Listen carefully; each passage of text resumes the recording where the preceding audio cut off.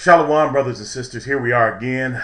Um, and this is actress Carrie Fisher dead at 60. I just did a video about a comedian who died at the age of 54, and that was Ricky Harris. And stuff is really, uh, it's just really blowing my mind. I mean, man, death in Hollywood is just running rampant right now.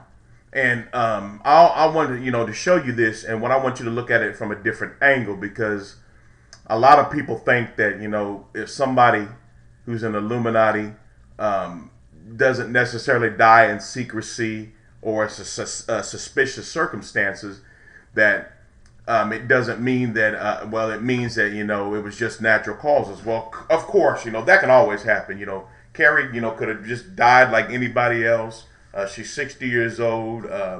There's no telling what type of stress and pressure she went in in her acting career. The hours, et cetera, et cetera. So, yes, Miss Carrie Fisher could have died of natural causes, of course. But also, you can't leave out the supernatural element, because we know that when you're in Hollywood and your name is renowned like this, everybody knows you. You become a household name. And, everybody can say, well, Carrie Fisher, oh, yeah, I know her. That's Star Wars series. When you're that popular, trust me, it comes with a price. She took the oath. She rode the goat.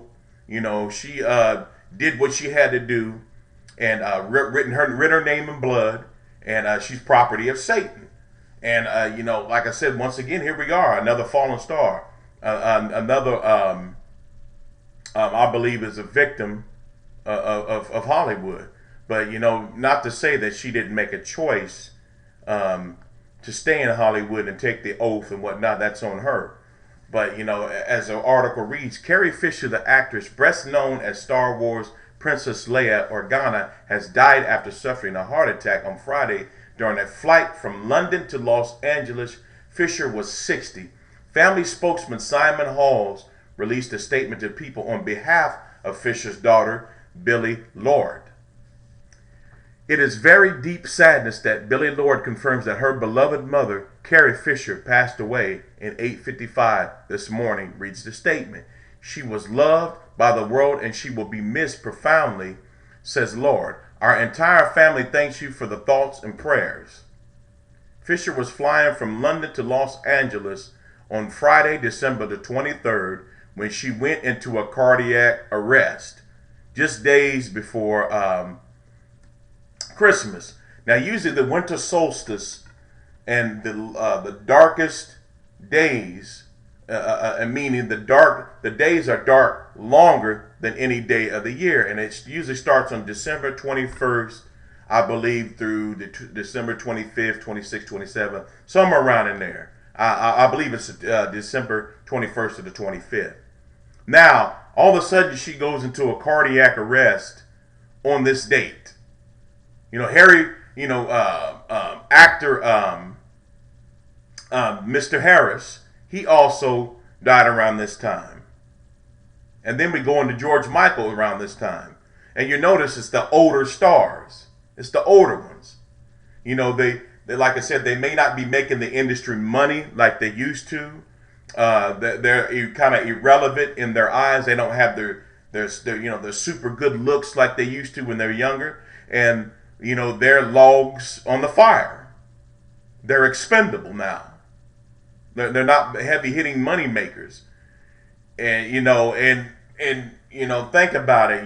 Would you rather, in their sick minds, would you rather keep the young and upcoming stars that are going to make you money for, the next 20 or 30 years, or get rid of the ones that are slowly not really wanting to act as much, not really wanting to be out there as much, because like I said, they've got grandkids, they've got sons and daughters themselves, so they don't really want to be out there. But the industry pushes those guys out there. They make them work. Just here recently, Harrison Ford's coming out, with another movie, basically another rendition of something that was done in the past. So, and I forget the title of that, forgive me for that. But they won't let these stars die as long as they can make money with these guys and keep them in the limelight and make a little bit of change, they're going to use them. Now let me go on with this article. Fisher was flying from London to Los Angeles on Friday, December 23rd, when she went into a cardiac arrest. Passengers and flight personnel gave her CPR until paramedics were able to rush her to a nearby hospital once the plane landed. Her brother Todd Fisher told E! News hours later on Friday that Fisher was being treated in the ICU. Local TV station KABC reported that night that she was in critical condition and on a ventilator. Fisher received care in the hospital several days, and her mother, Debbie Reynolds, made a statement earlier in the week saying her daughter was in a stable condition, but things took a turn for the worse on Tuesday. She died early in the morning. Carrie Fisher was the daughter of actors Debbie Reynolds and Eddie Fisher. She had a tumultuous upbringing in the spotlight in Hollywood and ultimately moved to London to get an education acting. She returned to Hollywood and made her film debut in Shampoo opposite Warren Beatty. She nabbed the starring role in Star Wars in 1977 and was just 19 years old when she appeared in George Lucas' franchise. And here you see Miss Carrie Fisher and her daughter right here. Fisher also starred in second and the third Star Wars films and in last year's Christmas blockbuster, The Force Awakens. She also had notable roles in films like Hannah and Her Sisters and When Harry Met Sally. Fisher also led a headline-making love life. She dated musician Paul Simon off and on from 1977 to 1984, and the songs Heart and Bones was thought to be about their relationship. She was briefly engaged to Dan Aykroyd after he proposed on the set of The Blues Brothers, but their dalliance ended after she returned to Simon and they married in 1983. Their marriage only lasted a year and was wrought with problems including bouts of depression and drug use. So there you go. There's a drug use again. It's always a drug use. And don't get me wrong, there is some truth about that because a lot of these Hollywood stars do use drugs, and it's to cope with the Hollywood lifestyle. It's to cope with the rituals. It's to cope with the deep, dark, and satanic things that they do. The only way they can keep themselves from going crazy is to stay high. And a lot of producers, they get high as well. And a lot of them they're the ones that turn out a lot of the actors. Shortly after she married CAA head honcho and talent agent Bryant Lord in 1991, they had one child together, Billy Catherine Lord. Their marriage was also problematic due to depression, and they decided to divorce in 1994. Lord went on to marry his longtime partner boyfriend, Bruce Bozzi, in 2016.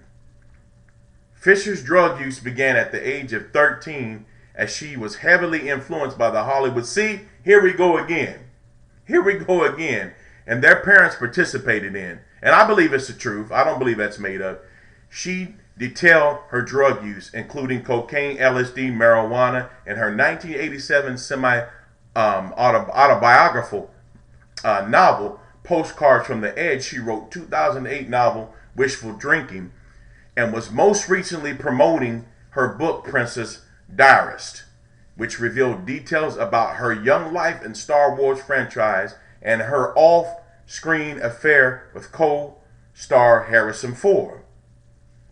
In 1985, Fisher was diagnosed with bipolar disorder, and she became an avid advocate for the mental illness. She also wrote about her illness in her books. And let me stop right there. See, it's easier. See, the Hollywood scene is full of drugs. It's full of partying. And then you're also doing the rituals to keep yourself alive and keeping your part of the blood oath that you committed to. And see, if all these people are on drugs and living this wild lifestyle, see, when they bump them off and then tell you that it was a drug overdose, it's easier to believe it because they've been in and out and doing drugs their whole career. So they're really being set up. Fisher was also credited with writing several famous Hollywood movies. She had uncredited writing for films like The Wedding Singer, Hook, Sister Act. Fisher was also extremely close with her only child, Billie Lourd, who recently scored a role on Scream Queens. Billie rushed to her mother's side immediately after the plane landed, as reportedly with her throughout the past couple of days. And that's the end of the article. But it's so easy to do something to somebody, even poison them, even give them some type of heart attack induced drug to kill them off. Now, once again, yes, Miss Carrie Fisher could have easily died of just natural causes. It just could have been her time. But don't dismiss the satanic and demonic Hollywood scene and the rituals that also can kill. You know, somebody who's deep into Satanism and wanted to kill this woman as a blood sacrifice, if they're deep enough into this thing, they can get so deep into it that they can actually send a demon to kill this woman. These things are real. If you look into voodoo and what's it called, Satanaria, I want to get it, the word right, of course. You can get deep enough into this thing where you can actually send demons on hits to kill people. So that doesn't mean that somebody wasn't doing a ritual and commanded this woman to die, and it happened. Because it's just awful funny that once again it happened right at Christmas again. Here we are, another star that's fallen. And like I said, they can reach out and touch you. You don't have to be, they don't have to come in and give you a shot or poison you or set up a wreck or something like that. They can actually send out demons and spirits out on quest to kill you. So I'm going to leave it with that. I know some of you are going to go crazy on me.